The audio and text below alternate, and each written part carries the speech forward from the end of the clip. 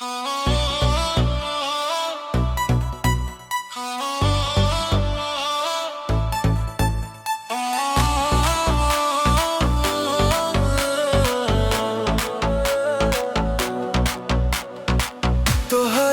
एक झलक से सांस में खुशबू आ जाला।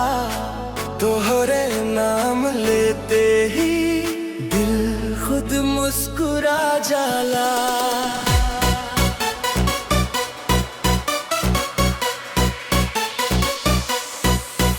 तोरी आँख में काजल बोले सीधा जाके दिल पे लागे। भीड़ में भी जब तू हंस देलू सब दुनिया पीछे भागे। तोहरी बात में जादू बा, मीठ मीठ सा एहसास बा। दिन हो चाहे हो अंधियारा, तोहरे साथे हर रात खास बास बा।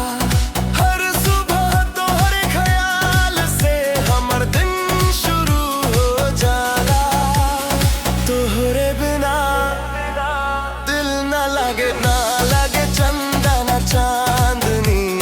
तोरे माया में डूब गई नी, तू ही हमार पहचान बनी। तोहरे बिना दिल ना लागे, सांस भी पूछे तोहरा। तोरे साथे जीना चाहत बनी, तू ही हमार अरमान।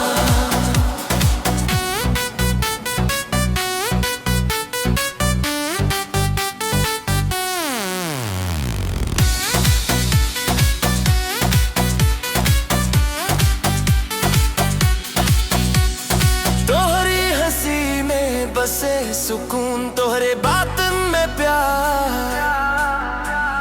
छूले जब तोहरे साया हमके, रुक जाला समय के धार। रात भर जग के तारे गिननी, तोहरे सपने देखत रहनी। तोहरे नाम से लिख देहनी हमार हर एक कहानी। दिल कहे अब बस इतने तोहरे संग रहना बा। हर जन्म हर राह में तोहरे हाथ थामना बा। तोहरे बिना दिल ना लागे चंदा ना चांदनी। तोरे माया में डूब गई नी, तू ही हमार पहचान बनी।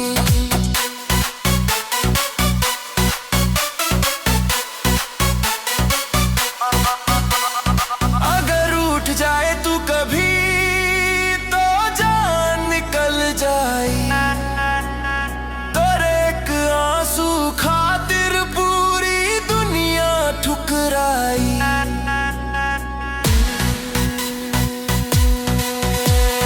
तोहरे बिना दिल ना लागे, ये सच्ची हमार बात बा। तोरे नाम से शुरू कहानी, तोरे नाम पे हर बात बा।